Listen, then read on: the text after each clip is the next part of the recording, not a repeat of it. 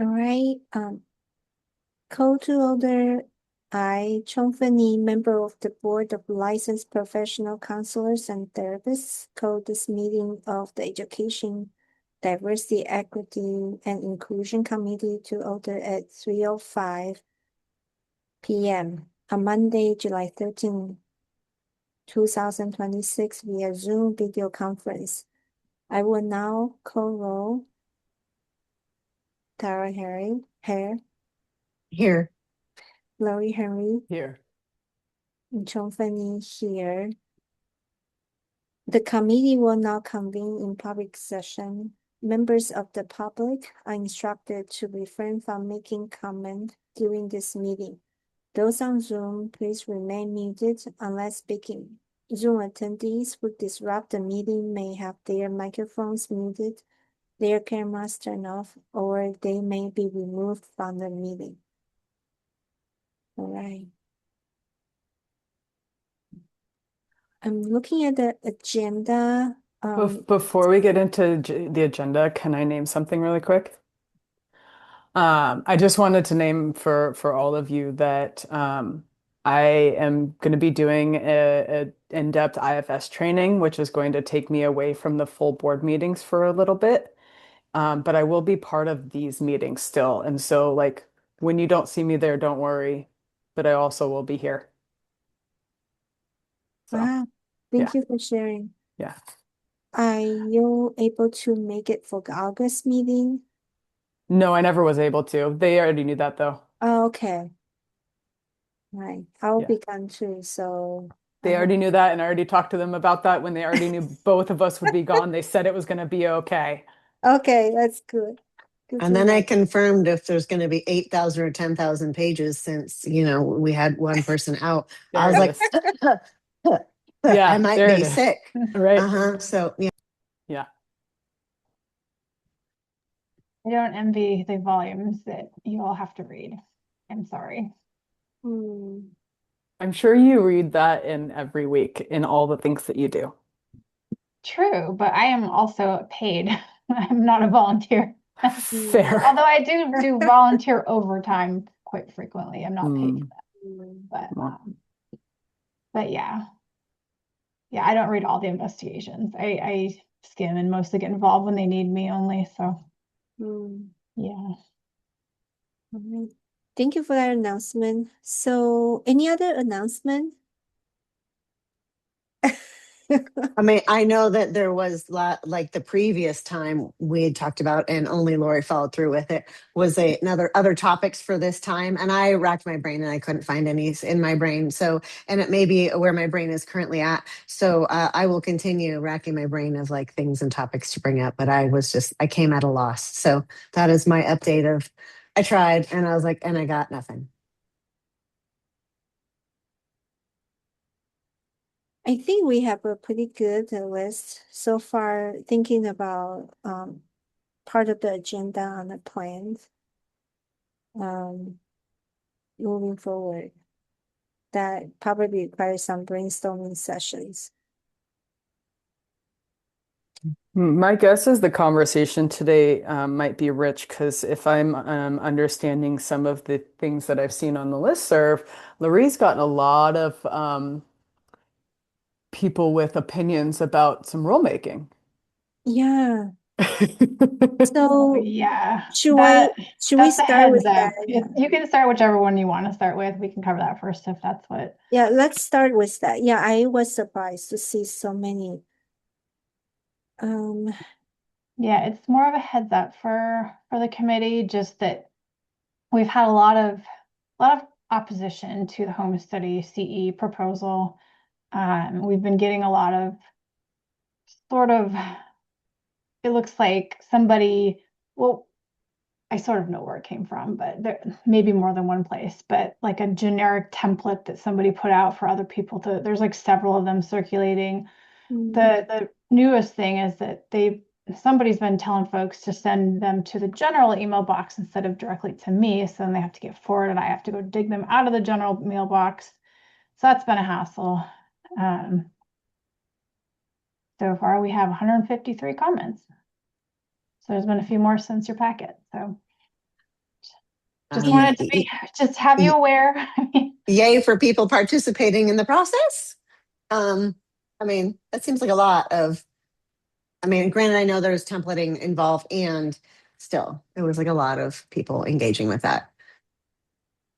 Yeah, I think when it's getting so many responses got me thinking that um looking at the impact. Initially, I didn't think this will be getting much of attention because I'm but since like most of the concerns are from those private practice practitioner that they wouldn't have a employer to send them to conferences.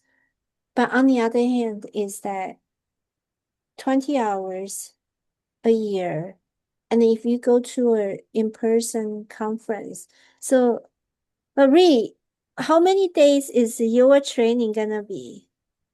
That would 20 hours be easily covered?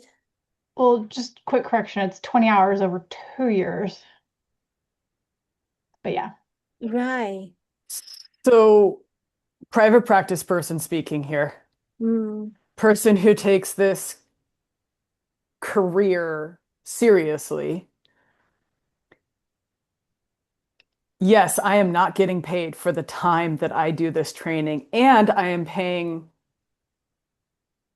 handsomely for this training. This training gives me 91 to 100 hours of CEs in the span of 3 months. Yep, wrap your head around that quickly.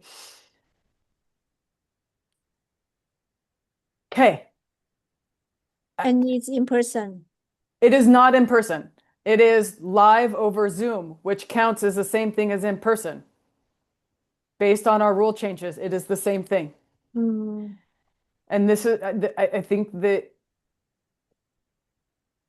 I, mm, it is the cost of doing business. It is the cost of this career. It is part of what we sign up for. It is part of keeping ourselves up to date and fresh and informed and making sure that we are competent in our job.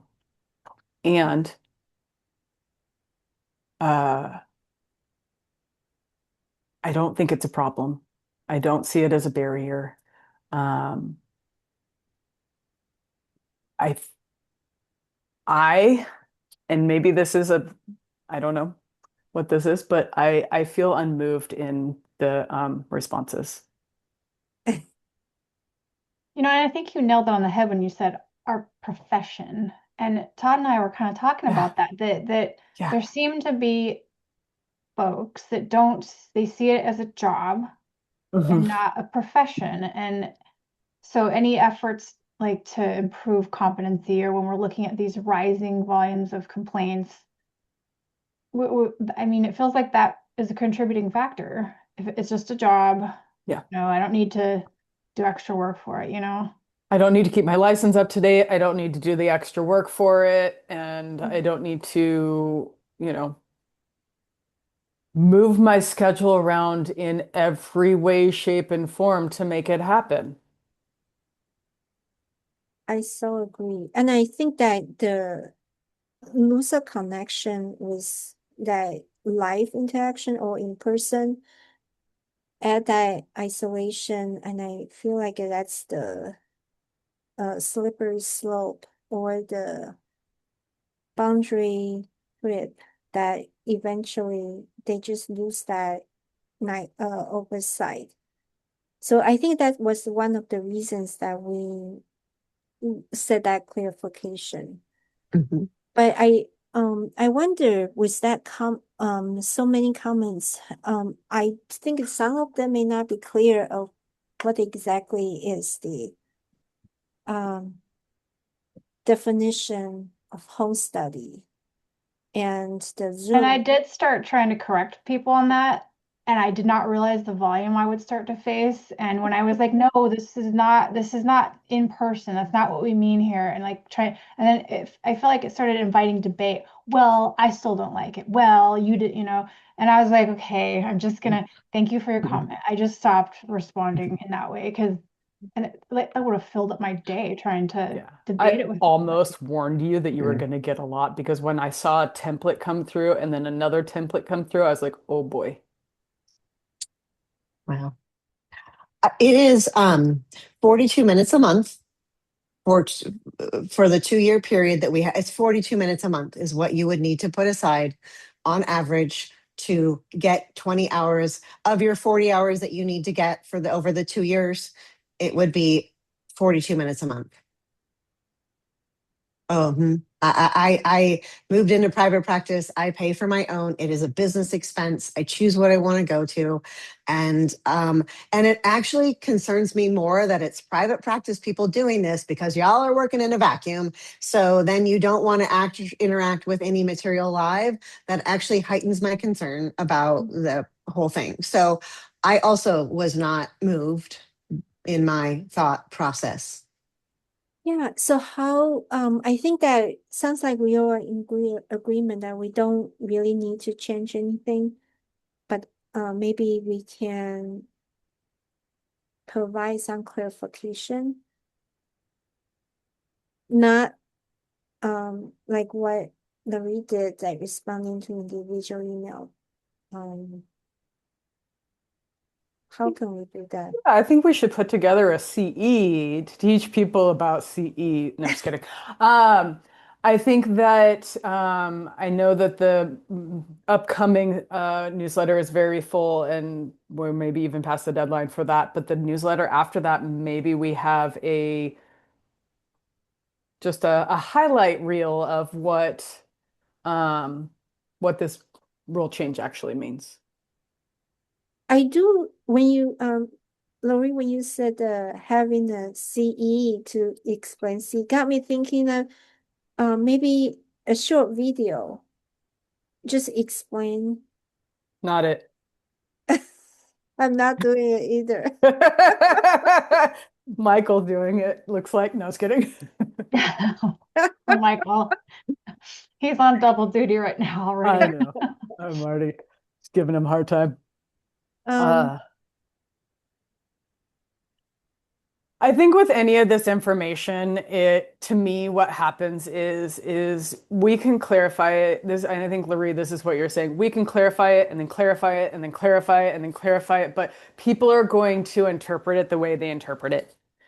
And we can't, we can try, we can put an FAQ out, we could make a video, we could put out a newsletter. People have to access those to get the information, which is already a struggle, and then have to be open to hearing something different than what's already in their head as well. And I'm not sure that any of that is places that people are willing to be based on the responses that Lori already got. And I realize I'm lumping all of the people together in this, but you know. Well, that's how these go, is we usually hear from people that are the dissent that, don't agree with something Which is rather than good. any, we didn't get anything that's like, hey, this might actually help licensees be more confident. Like there wasn't, I'm sure there's people that think that. Mhm. And I mean, I try to take the comments seriously and read them and Great. try to like Good. understand them. But some of it was hard to, and some of it was like, counselors are going to leave Oregon because of this. And I'm like some of the more extreme stuff, I'm like, really? Like, so yeah. And I, I don't know, like, is it more expensive? Because I put in the notice, no fiscal. Does it actually cost more? Like, should we have said this might cost more to licensees? Like, I don't know. Is that Okay, look, it does not cost more. If I'm doing a very specialized training, which does cost more, right? I'm doing a level one training. Those things cost way too much money, to be clear. But if I were to go the PESI route and do the things, it's going to cost over the span of 40 CEs the same as going to two conferences, maybe even less.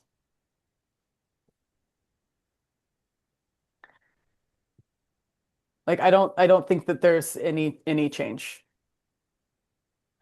Unless you are paying, like I don't know what it costs to do the whole like read the article thing or whatever. I don't know what that costs, and maybe that's cheaper. I don't know, but So they are not cheap. And to me, it's like that value, I mean, the monetary value is really nothing. Because I also don't get much from just reading those. But I do think that like Petsy is convenient. They do have webinar and they are Yep. not that expensive. yep. Um, and then in a way that conferences like APA, you get like 3-4 days for like $300 something. But they are very generic, so these topics could range so many. But you get CE if that's also something that just to get some refresher. Mhm. And there are a lot of free live webinars that are over a lunch hour. Also, Mm, like give you like, and they're free. So I mean, I went to probably the best one I've ever gone to the other day, and I was like, this is amazing. And then I went and bought the book of the author, so it was no longer free. However, it still right. It was still like really meaningful, and so I think there are a lot of options still, and we're only saying half of them. We are saying half. We are not saying all 40. We're saying half, and I feel like that's really reasonable. And the question I think was, how do we make it so that all of these complaints that we'll continue to get, like what do we do to make it? Can we do? I mean, anything? Do we just say thanks? I don't know. Well, so if you did want, so I feel like the main point of confusion has been that they think it has to be live, and I've got to pay money to travel, and I'm, and or I'm sorry, in person. What? So they're not understanding that. And I had typed up a response that I had sent people, so I feel like we could take that, put that in the newsletter. I mean, it might be a little too late because the newsletter goes out Friday. Public comment period is still open until June 22nd, I want to say. So it's the week after. So not a whole lot of time left for additional comments, but I suppose that could help just get it out there.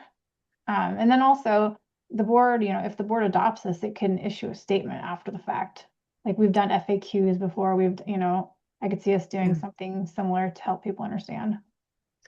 And like a yes, no column. Is this? Yes. Is this? No. Is this? Yeah. Does this could these count towards your 20 hours of not live? Yes.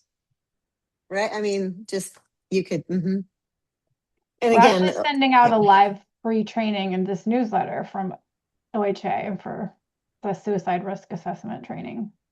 So Oh, nice. I didn't do a live one. I did the home study version. Free also. you can do extra if you really want I to. You get a can. lot of credit as Yeah, being a board member. You're great. already, and the extra stuff you're doing. Right. You guys are getting a lot. right. Sounds good. So that we don't need to further discuss this. We are on the same page, but the full board will not vote on this, right? Um,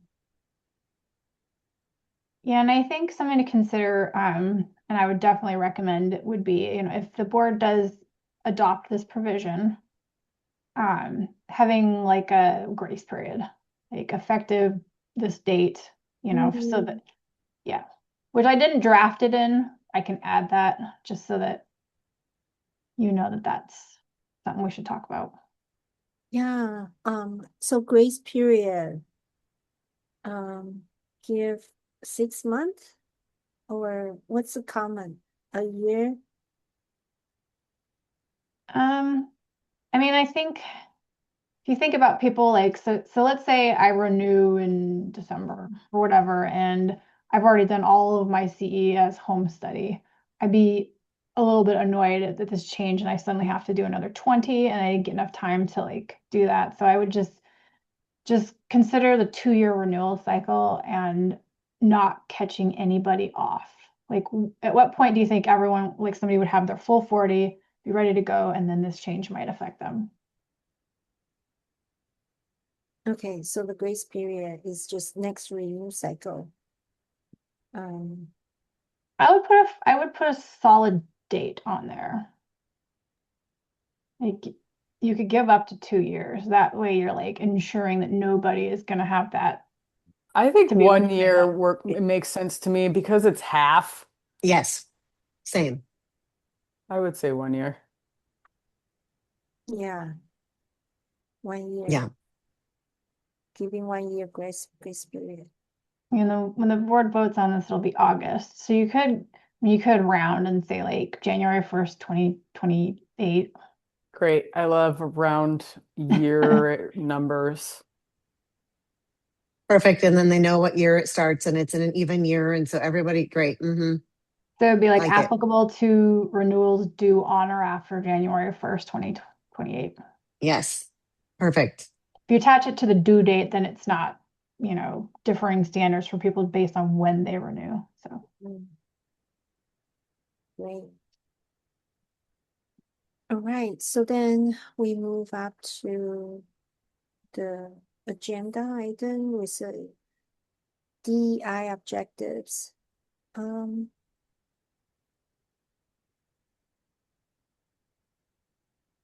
we wanted to look at the compliance?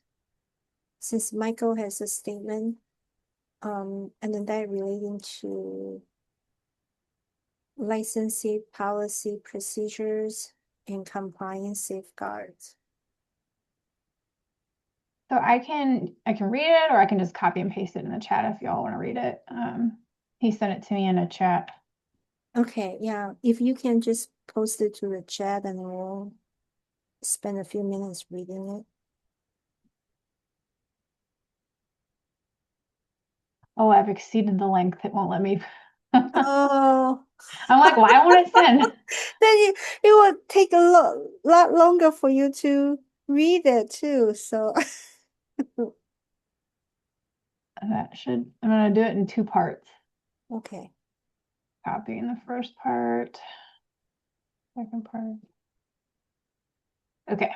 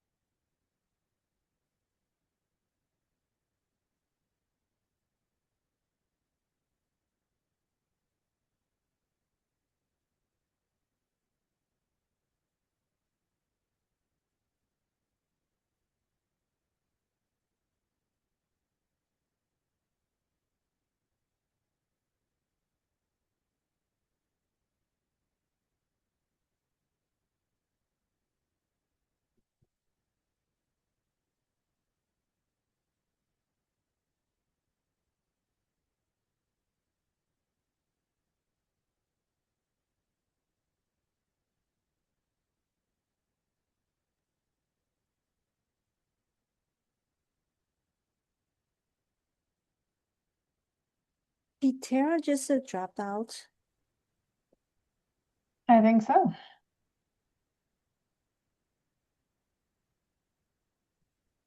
But we still have a quorum, so um my first impression or thought is that because it's so case by case, then do we have kind of some thinking of a timeline and giving some range? Um, like I'm looking at the last paragraph in making this determination. Investigators consider several factors. So what would be the urgency and the seriousness? And so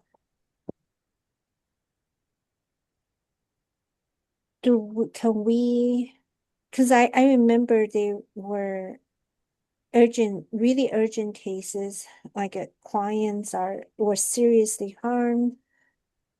So had to put down the executive director has to put some specialty. I forgot the terminology. That so immediate suspended or I need some help here. I forgot the procedure that before the full board had a chance to discuss. So the executive director and Rachel would discuss to have the licensee or the licensee to pause their practice temporarily. So that's the most serious situation that I am aware of. But I don't think a public is aware. So something like that,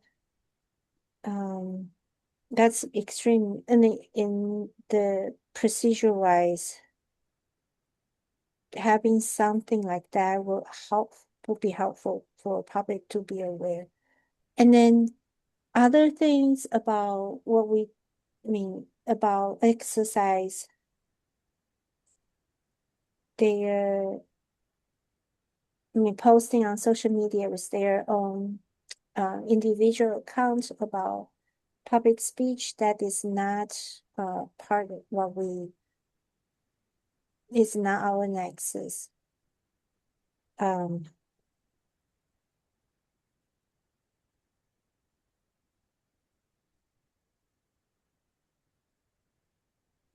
So what I'm saying is that the reason that we want to invite Allison or Michael here is to clarify the compliance procedure or the investigation procedure.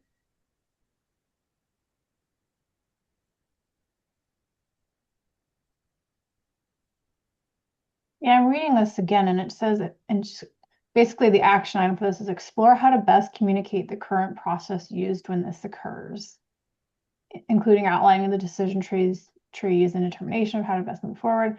So it's not really like to communicate policy. Like to me, that sounds like something external, right? Like how do we communicate this to the respondent, the one who's not, cooperating, or I'm sorry, the complainant. Okay. But I'm still a little unclear because this is one of the recommendations that came out of the Keene study. So I can't say I didn't write it. That's just how I'm interpreting it. Do you have a version you can send me, since I don't know why I got kicked out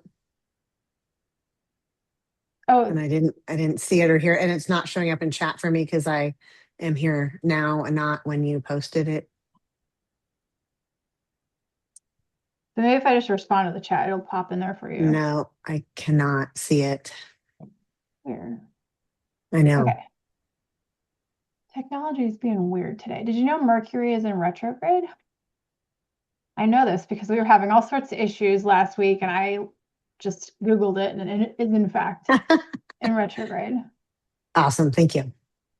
That's the first chunk, and then I'm going to copy and paste the second chunk.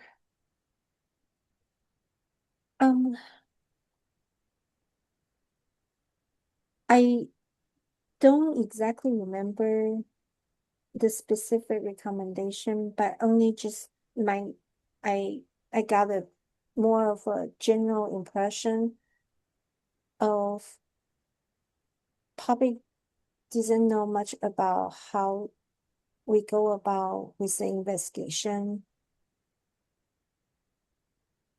And even we got some feedback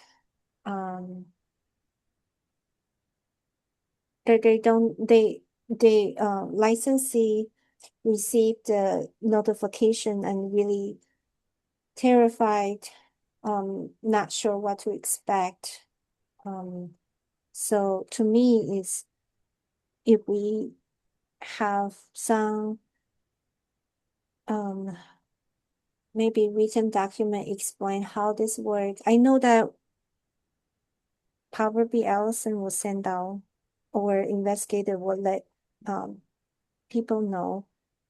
But if there is also some document on the website about our investigation process, maybe not the procedure, because the case by case, then it's really hard to specify. So that was my initial thinking. But Larry, you mentioned the King study suggests otherwise, that internal timeline.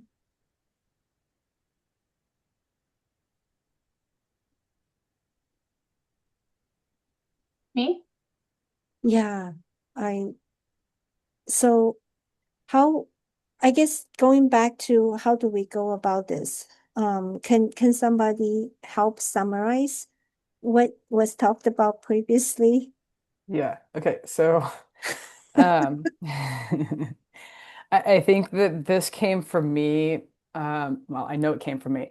Um, part of why it came from me is um, as somebody who has submitted a complaint, the response that I get is so vague, and then sometimes I get nothing else ever again.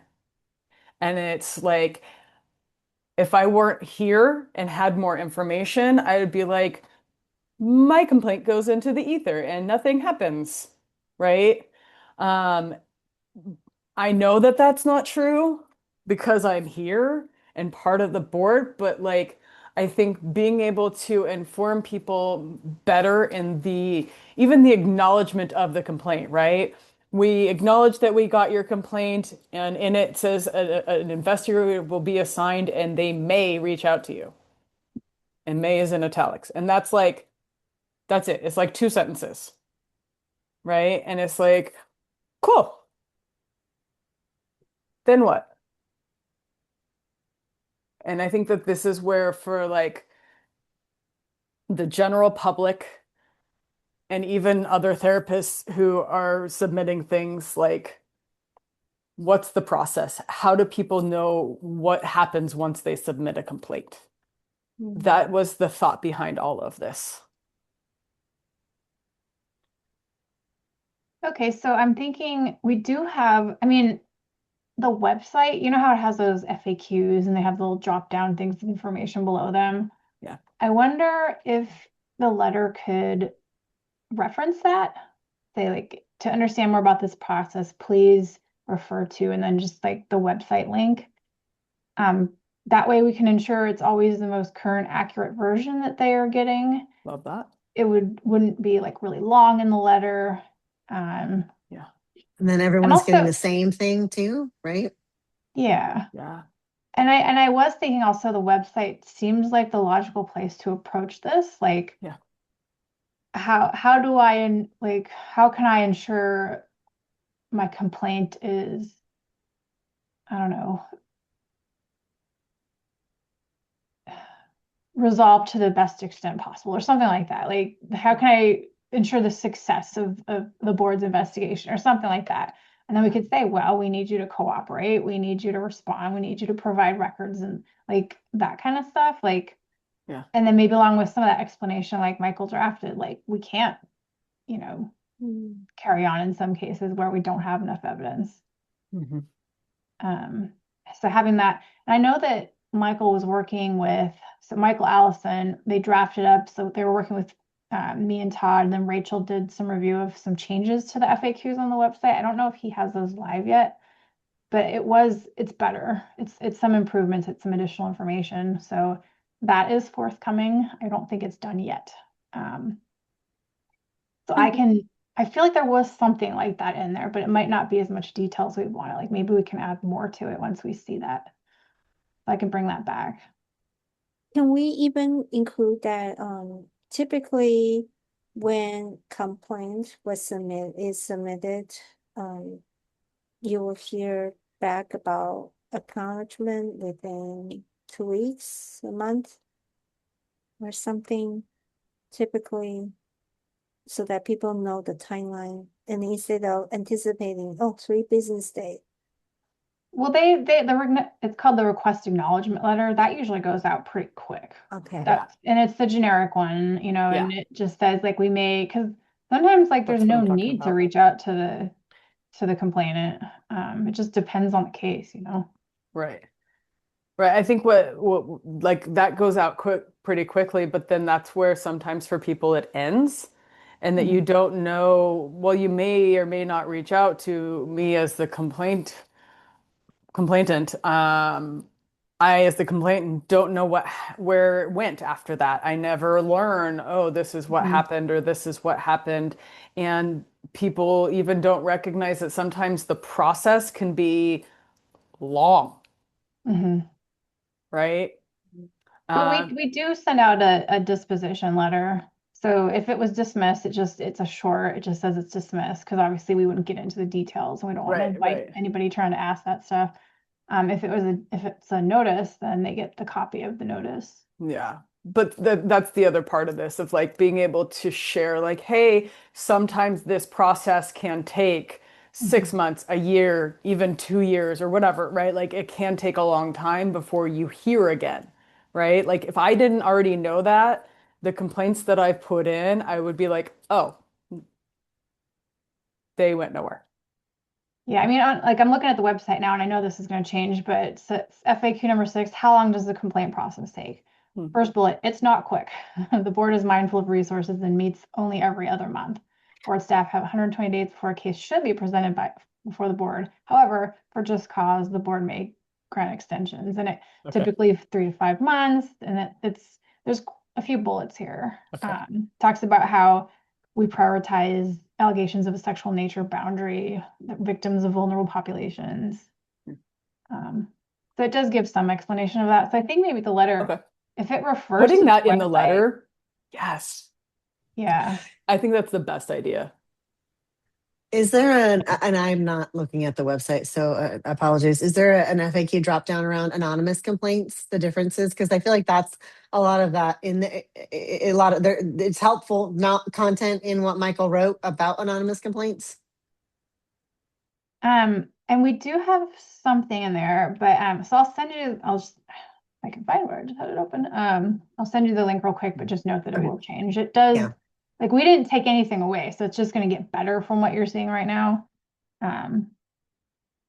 So who can file a complaint? Oh, FAQ number 1. I want to file a complaint, but I don't want my identity to be shared. Okay, so that just talks about we don't disclose the identity of a complainant. Who can file?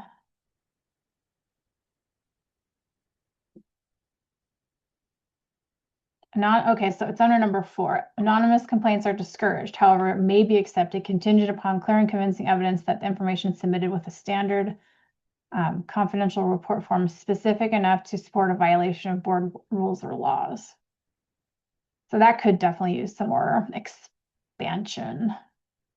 Well, I also feel like that could go in a different place. I wouldn't, if I wanted to file anonymously, I wanted to know about that. I wouldn't look under the how do I file a complaint to find that, like in the drop down. I would have looked under FAQ1 for that information. So like making sure that this good information is in the place where people might look for it.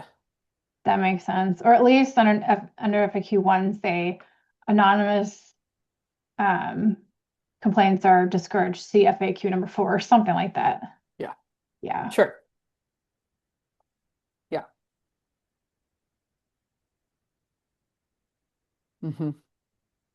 Yeah, No, so I don't know. I'll work with compliance because I have to track down their current version of the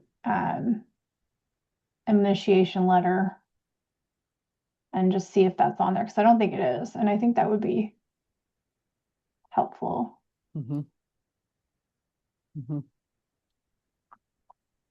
Yeah, I think like as far as like my thought process on why I brought this up to us, I think that that actually like is such a simple answer to that. And to me doesn't require any more depth, like in this setting. And then I love that the FAQs are being, worked on language wise and all that to be more informative. So I feel like this can be moved into the in process and very soon into the completed. Actually, it's a quick turnaround. I like it.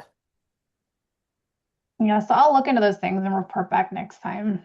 I'm looking at what I think is the current proceed acknowledgement of confidential report form. It's pretty basic. It's 2 short paragraphs. So I think, yeah, it could refer to, of course, on the other hand, it's more of a reminder, because if you submitted a complaint, you were already on this webpage. You had to have been. Although, well, I guess they're separate. So the complaint webpage is different than the confidential report webpage. Also, Oh, no, it's on the same one. How to file a complaint. The confidential report is above all the FAQs. So, I mean, I guess it's just a reminder, like, if you have questions about the process, please check out our FAQs. I think an FAQ about the requirement of the ROI at the end of the complaint would also be helpful. So I mean, yeah, that's not always relevant, but it's definitely helpful when they provide that. Although licensees have to cooperate with an investigation regardless of that, but yeah. Well, so as somebody who has filled out the form, it won't let you submit unless you fill out the ROI.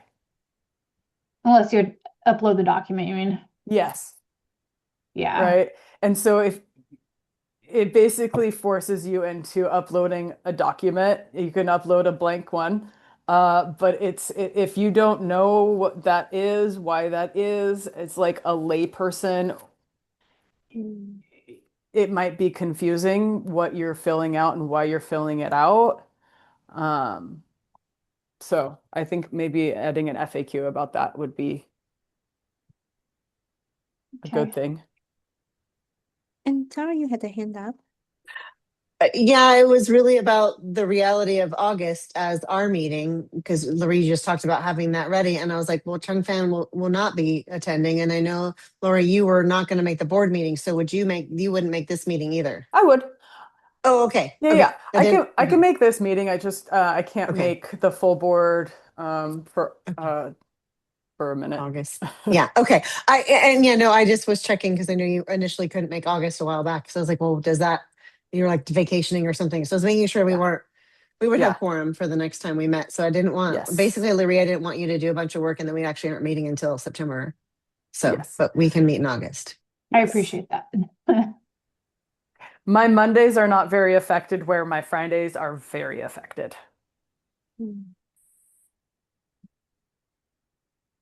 So that's a great quick solution. Thank you, Larry. I wonder with those updated changes, do we also want to have something like ideas for newsletter, the quarterly things? I know that Larry typically will have a accomplishment or the similar lists that we have here on the agenda, and then to let folks know what are the updates. So did you say you want that like explanation I had drafted up in the newsletter about the CE, like that it's not like in person, what live really means? We do want that added in there. Yeah. Okay. Just want to make sure. Okay, so I'll do that. Please. So that updates, and then do we want to also explain about compliance process, or it just simply like a part of the accomplishment list that we did, but then refer readers to the website of FAQ?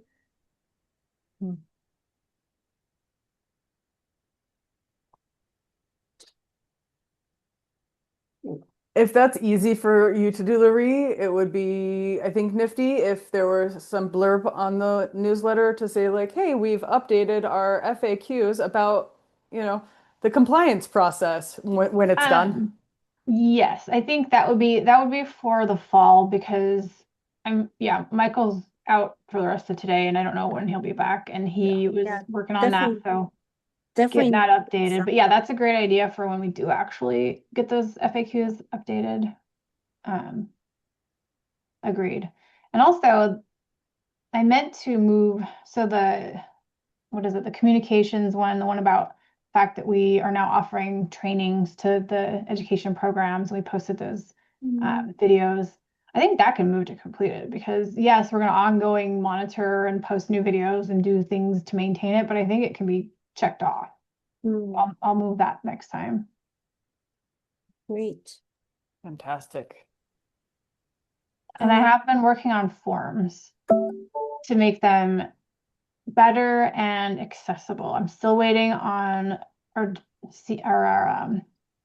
licensing system vendor to update the what do you call it, the supervision table so that I can put that new supervision report out there. So that's just pending.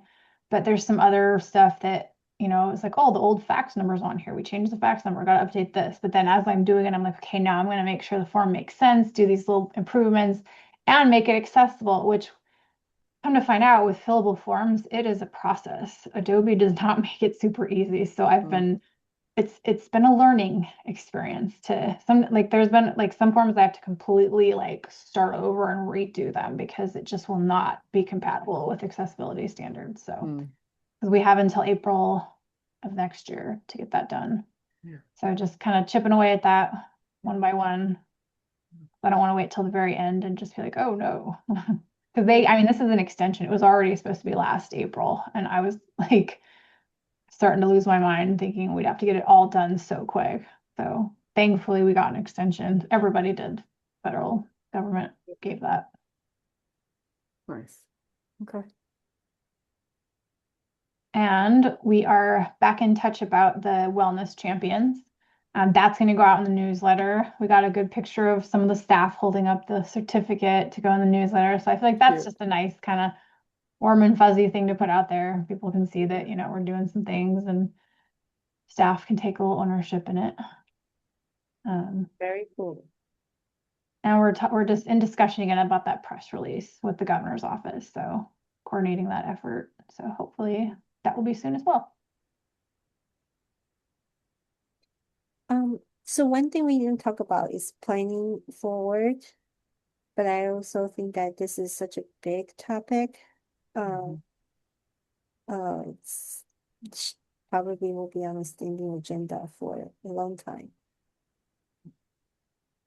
Yeah. I mean, I think Tara, for you and I each coming in, maybe looking through the goals that are still hanging out.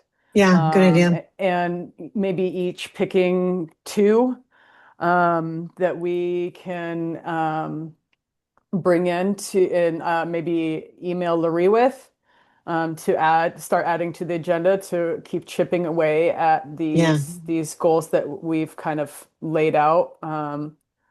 the for consideration gigs. Yes, Yeah, correct. yeah, Um, makes sense. and see if any of those are kind of tickling our fancy to get started on, so we can keep chipping away at this. I think, I can also be part of this until I won't. Do we know if any replacement is in the pipeline? I have no idea. It's in process. I would have to check with Todd on an update. He's been more working on that. Yeah, but that's okay. I already plan to be here probably October until someone be confirmed or I mean, it's going to be so hard to find anybody. You might have to just stick around. I mean, forever. It'd be terrible. I know. I act like this now, but when it's my turn, I'm like, I do have a quick announcement. this is related to the conference I went to, yeah. with the national summit from all the licensing board. Because this conference was focused on supervision, I got to learn so many different ways and inconsistently across different states. And some states, we already know some states have a supervisor's designation. In our state, we don't. And also the training requirement for supervisors are different across different state. One thing that I thought was really impactful and I've been thinking about a lot is how New York's state wouldn't allow the supervision wouldn't allow licensee or a registered associate to pay for supervision. So the supervision experience have to come with the employment. And initially I was a little bit puzzled by that, but the more I get to know about this, the more I think it's a wonderful procedure process that kind of just force the early career folks to go into community mental health or group practice where they have guaranteed supervision instead of jump right into private practice. So I plan to continue a little bit, so this will be probably one of the topic that I like to continue to discuss. So you 'Cause know that Oregon has a law like that too. It requires the employer to pay the supervision costs for registered associates.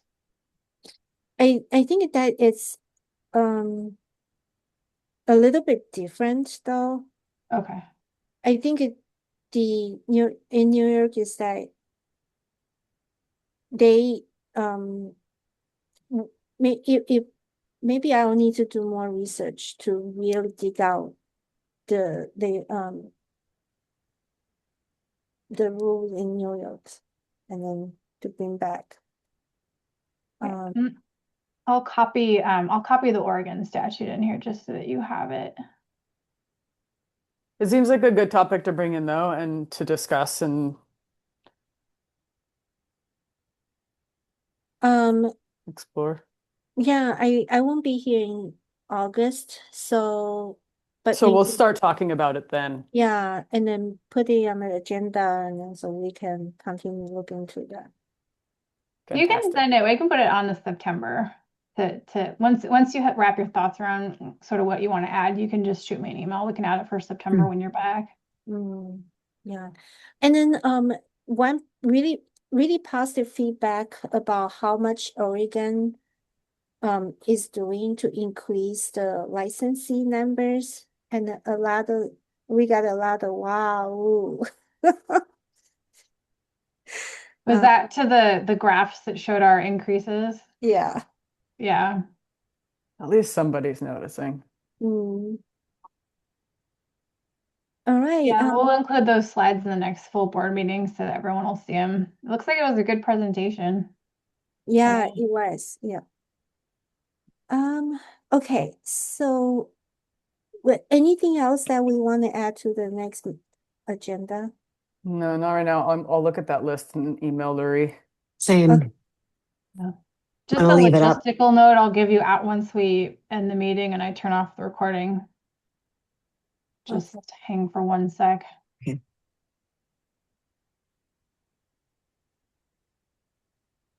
Okay, I think we can wrap. Okay. This meeting of the Education, Diversity, Equity, and Inclusion Committee is adjourned at 3:59 p.m.